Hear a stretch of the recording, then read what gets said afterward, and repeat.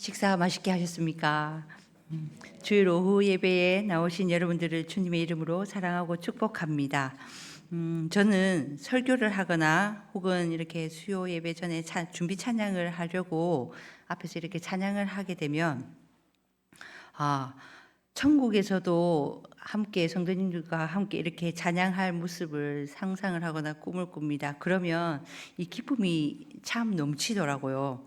오늘 준비 찬양을 이렇게 할 때도 이렇게 서로 축복하고 하는 가운데 이렇게 참 감사하고 은혜가 넘쳤습니다. 우리가 이 하늘의 시민권을 가진 우리가 이 땅에서도 하나님의 자녀들처럼 누리고 사는 그런 기쁨과 복된 삶이 되시기를 간절히 축복합니다. 오늘 본문 사무엘서는 이스라엘의 마지막 사사였던 사무엘이 사사 시대의 말기에 등장하여서 하나님께서 이스라엘 왕으로 택하신 자에게 기름을 붓고 그를 왕으로 세움으로써 사사 시대가 마감이 되고 왕정 시대가 시작되는 그 과도기적 역사를 다루고 있습니다. 사사시대의 특징을 한마디로 요약한다면 그때에는 이스라엘의 왕이 없었으므로 사람이 자기 소견에 옳은 대로 행하였더라라고 말할 수 있습니다. 우리는 당시 한나의 불임으로 표현되는 이 이스라엘의 영적 상태가 한나의 기도를 통해서 새롭게 해결되는 장면을 볼 수 있습니다. 그 한나의 고통과 아픔은 여호와 앞에 심정을 통하는 기도를 통해서 주님의 마음을 알게 되면서 그 실마리를 찾게 됩니다. 여기서 심정을 통하는 기도는 자신의 마음을 온전히 주님께 쏟아붓는다라는 뜻입니다. 이는 십자가 고난을 앞두고 겟세마네 동산에서 땀방울이 핏방울이 되도록 하나님께서 기도하신 예수님의 모습을 연상시키게 합니다. 이렇게 자신의 마음을 온전히 하나님께 쏟아부을 때 서원기도, 즉 네데르가 만들어집니다. 여기서 네데르는 기도하는 중에 하나님과 내가 하나가 되고 말씀과 내 마음이 하나로 엮이게 된다는 의미를 갖고 있습니다. 한나는 여호와 앞에 심정을 통하는 기도를 통해서 주님의 마음을 알게 되었습니다. 심정을 쏟아붓는 기도는 하나님의 마음을 감동시켰고 주님의 기억된 바가 되었습니다. 한 여인의 마음을 격분하여서 가슴을 움켜잡고 아파해야만 했던 그 고통은 세상이 그 무엇으로도 위로가 되지 않았습니다. 오직 하나님의 마음과 그 여인의 마음이 하나가 되어 소통될 때에 슬픔과 고통이 사라지고 기쁨과 위로로 채워지게 되었습니다. 인지심리학에서 확증 편향이라는 것이 있습니다. 확증 편향은 자신이 원하는 정보만 선택적으로 모으거나 보며 어떤 것을 설명하거나 주장할 때 이 편향된 방법을 동원합니다. 이러한 성향의 사람들은 자기가 듣고 싶은 것만 듣기 때문에 사실이나 진실에는 전혀 관심이 없고 또한 듣지도 않으려고 합니다. 그러니 소통하지 못하고 공감대를 형성하지 못하겠죠. 지식을 갖지 못하는 것이 한이 되어 자식을 갖지 못하는 것이 한이 되어 가슴 아리를 앓고 있던 이 한 여인, 말씀에 순종하여서 복음을 전할 아들이 없어서 마음 아파하고 있던 하나님이 서로 만나게 됩니다. 그리고 이 만남은 새 시대를 여는 멋진 사명으로 이어져 갑니다. 바로 여기에 십자가 사건을 통한 공유의식이 만들어집니다. 조금 더 말씀을 자세히 깊이 살펴보고자 합니다. 십자가의 공유의식을 가진 사람은 어떻게 살아야 하는지 한번 보도록 하겠습니다. 첫 번째는 범사에 하나님께 기억되는 사람이 되어야 합니다. 본문 1장 19절에서 그들이 아침에 일찍이 일어나 여호와 앞에 경배하고 돌아가 라마의 자기 집에 이르니라. 엘가나가 그의 아내 한나와 동침하매 여호와께서 그를 생각하신지라. 본장에서는 여호와 앞에 경배하다 혹은 예배하다라는 표현이 3번이 등장합니다. 그 첫 번째는 1장 3절에 한나의 남편 엘가나를 엘리의 2 아들과 대조하면서 소개할 때 나오고, 두 번째는 19절에 한나의 기도에 응답을 받는 장면입니다. 그리고 마지막으로 1장 28절에 사무엘이 여호와 앞에 드려지는 모습에서 이 여호와 앞에 경배하다라는 표현이 나옵니다. 이는 저자가 사건의 시작과 해결 그리고 새로운 전환점에서 여호와를 경배하는 엘가나의 집안은 복을 받지만 제사장의 가문이지만 여호와를 제대로 경배하지 않는 이 엘리의 집안은 몰락할 것임을 암시해 주고 있습니다.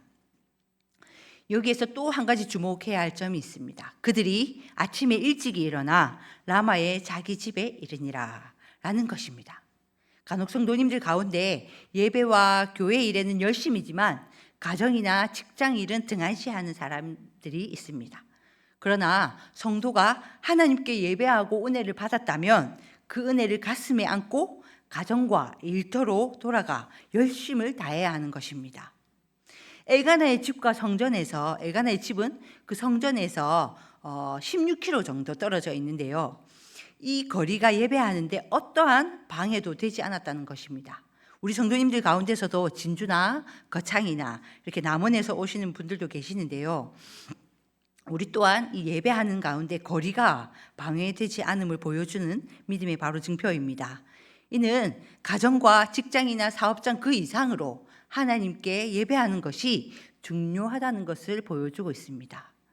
그리고 전날 받은 은혜에 대한 감사와 새롭게 시작하는 새날도 주님의 은총으로 보호해 주시고 이끌어 달라고 간구하는 것이 바로 우리가 새벽마다 드리는 새벽 예배입니다. 예수님도 새벽 미명에 일어나 한적한 곳에 가셔서 기도하셨던 것처럼 기도하는 것입니다. 새벽 예배에 나오셔서 여러분들도 기도하시기 바랍니다. 하나님께서는 이 여호와 앞에 나와서 이렇게 기도하는 사람들을 기억하시고 응답해 주십니다. 여호와께서 그를 생각하신지라. 여기에서 그를 생각하신지라, 즉 자카르는 어떤 일을 마음속에 항상 담아두는 것을 뜻합니다. 사무엘상 1장 11절에서 한나가 나를 기억하시고 라고 하나님께 기도했던 대로 응답받고 있음을 동일한 단어, 즉 자카르를 사용해서 표현하고 있습니다. 창세기 30장에 등장하는 이 라헬도 하나님께서 기억하셔서 은혜를 입고 잉태하게 되었습니다. 하나님께서 누군가를 기억하셨다고 하는 것은 기억던 사람에게 구체적인 바로 은혜의 결과가 발생한다는 것을 분명하게 보여줍니다. 여러분에게 하나님께 좋은 기억으로 남을 그런 기억들이 있는 것이 무엇이 있을까요? 한번 생각해 보시기 바랍니다. 두 번째입니다. 예배의 성공이 행복한 가정과 건강한 사회의 기초가 됩니다. 본문 21절은 그 사람 엘가나와 그의 온 집이 여호와께 매년제와 서원제를 드리러 올라갈 때에, 이 매년제는 정기적으로 드리는 예배를 의미하고요. 서원제는 특별하게 드리는 예배를 의미합니다. 여기서 우리는 엘가나의 가정이 다른 것은 몰라도 예배하는 일에 있어서는 실패하지 않고 매우 열심이었음을 알 수 있습니다. 성도가 타락하게 되면 가장 먼저 예배에 실패하게 됩니다. 예배가 짜증나게 되고 지겹고 예배하는 것이 귀찮고 예배의 자리에 나와도 은혜를 받지 못합니다. 차츰차츰 예배를 멀리하게 되죠. 이것이 바로 예배에 실패하게 되는 것입니다. 인류의 최초 살인 사건도 가인의 예배 실패에서 비롯되었습니다. 야곱은 20년 동안 외삼촌 라반의 집에 머무면서 간직했던 그 평생의 소원대로 가나안에 돌아왔지만 딸 디나는 강간당하고 두 아들은 살인자가 되었고 야곱 자신은 세겜 사람들로부터 생명을 위협당하는 지경에 이르렀습니다. 따지고 보면 그것도 하나님께 소원한 그 베델로 올라가지 않고 세겜에 머물러 있었기 때문입니다. 결국 하나님의 명령에 따라 베델로 올라가서 하나님께 예배했더니 하나님께서 다시 야곱에게 나타나셨고 그에게 복을 주셨습니다. 성도에게 있어 예배는 생명이고 복입니다. 하나님께서 이스라엘 백성을 애굽에서 불러내신 이유가 무엇일까요? 제사장 나라, 곧 하나님께 예배하는 나라로 삼기 위해서입니다. 출애굽기 5장 19장 5절에서 6절 말씀을 보겠습니다. 세계가 다 내게 속하였느니 너희가 내 말을 잘 듣고 내 언약을 지키면 너희는 모든 민족 중에서 내 소유가 되겠고 너희가 내게 대하여 제사장 나라가 되며 거룩한 백성이 되리라. 너는 이 말을 이스라엘 자손에게 전할지니라. 출애굽기 5장 1절에서도 말을 합니다. 그 후에 모세와 아론이 바로에게 가서 이스라엘의 하나님 여호와께서 이렇게 말씀하시기를 내 백성을 보내라. 그러면 그들이 광야에서 내 앞에 절기를 지킬 것이니라 하셨나이다. 마찬가지로 예수 그리스도의 이름으로 우리를 불러주시고 구원의 자리에 들어가게 하신 것도 왕같은 제사장들, 곧 예배하는 백성으로 삼으시기 위함입니다. 우리가 이 땅에 존재하는 이유도 바로 예배하기 위함입니다.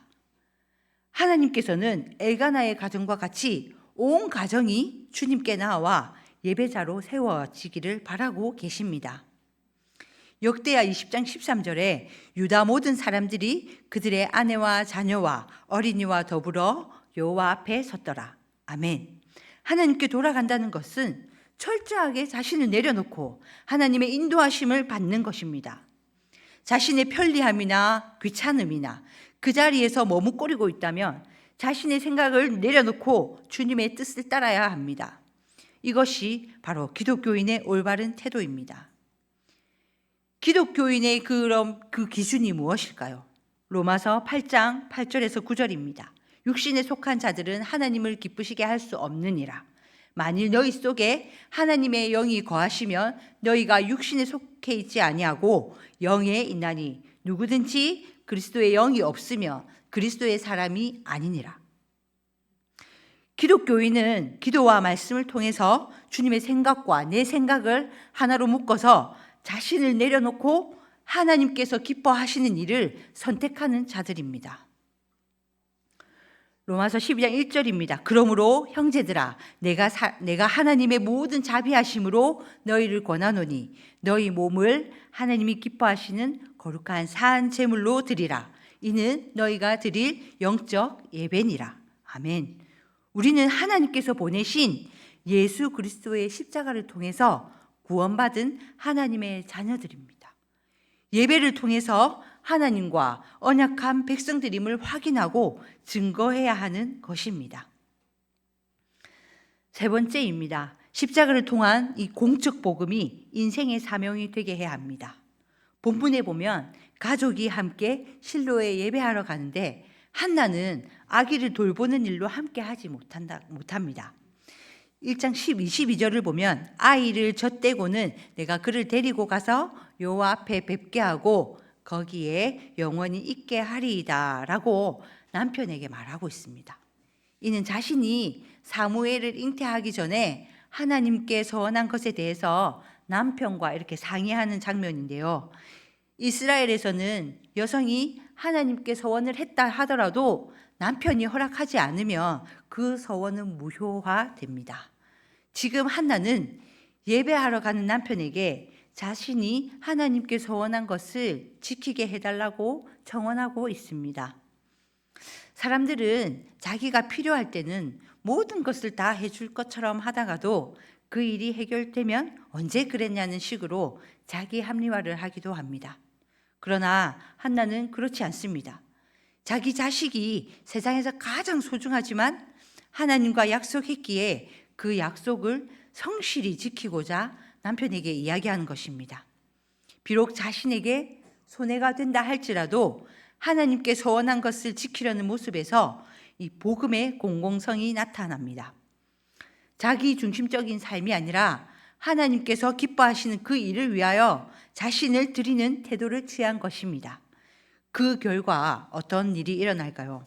사무엘상 2장 21절에 여호와께서 한나를 돌보시사 그로 하여금 임신하여 세 아들과 두 딸을 낳게 하셨고 이에 사무엘은 여호와 앞에서 자라니라. 아멘. 훗날 사무엘은 이스라엘 사람들을 우상 숭배에서 이끌어냈고 이스라엘을 심판했고 국가를 대신해서 제사장처럼 역할을 중재했으며 또한 이스라엘이 블레셋에 대해서 국가적으로 회개하고 승리하도록 이끌어냈습니다. 사무엘상 3장 20절에서 다한에서부터 브엘세바까지의 온 이스라엘이 사무엘은 여호와의 선지자로 세우심을 입은 줄을 알았더라 라고 선포하고 있습니다. 이스라엘 역사상 가장 위대한 인물 중 한 사람이 되었던 것입니다. 그는 이스라엘의 사사와 제사장과 선지자로 이스라엘의 왕정 시대가 열리기 전 정치와 종교적으로 최고의 지도자가 되어 새 시대를 열어갔습니다. 오늘의 시대에 우리에게 나실인 제도는 없습니다. 그러나 예수님의 십자가 사건을 통해서 우리는 모두 나실인으로 구원받았습니다. 교역자만 정직이 아닙니다. 하나님의 백성에게는 일상의 삶토와 가정과 세상 그 어디든 성전이 되는 삶을 살아가야 할 사명이 있습니다. 세상을 살리고 치유하는 생명의 복음이 유럽으로 들어가 문화가 되었습니다. 기독교가 미국으로 들어가 기업이 되었고 그 복음이 또 한국으로 들어와 문화와 기업을 뛰어넘어 기복신앙과 번영신앙이 되었습니다.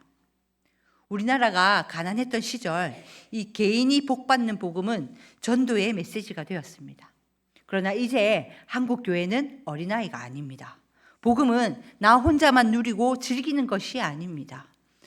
복음은 세상을 변화시키는 공적 신앙이며 공적 복음임을 깨달아야 합니다. 이제 우리는 개인이나 개교회의 성공을 넘어서 새 시대를 열어가는 그 역사와 무대로 나아가야 합니다. 더 이상 사회와 세상으로부터 외면당하는 교회가 아니라 세상 속에 희망과 생명의 등불을 비추는 이 공적 복음과 공적 신앙을 선포하는 공동체가 되어야만 합니다. 바로 여기에 우리가 살아있는 존재 이유가 있는 것입니다. 어느 곳에서 무엇을 하든지 그 일이 하나님께서 기뻐하시고 이웃의 유익과 행복을 위한 일인가 하고 질문해야 할 것입니다. 바로 여기에 십자가의 공적 복음을 향한 선교적 사명이 새롭게 자리 잡게 될 것입니다. 우리는 지금 사순절 기간을 보내고 있습니다. 우리에게 쏟아 부어진 그리스도의 십자가 사랑이 우리에게만 머물러서는 안 됩니다. 주님께서 우리를 위해 가장 미련한 방법으로 우리를 사랑하신 것처럼 우리 또한 주님께서 걸으신 그 길을 이 땅에서 걸으며 살아야 합니다. 우리가 속한 이 땅에 우리를 통해 예수 그리스도의 복음이 흩날려 하나님의 나라가 이루어지게 만들어야 하는 사명이 우리에게 주어진 것입니다. 사랑하는 함량교회 성도 여러분, 범사에 하나님께 기억되는 사람이 되어야 합니다. 예배의 성공이 행복한 가정과 건강한 사회의 기초가 됩니다.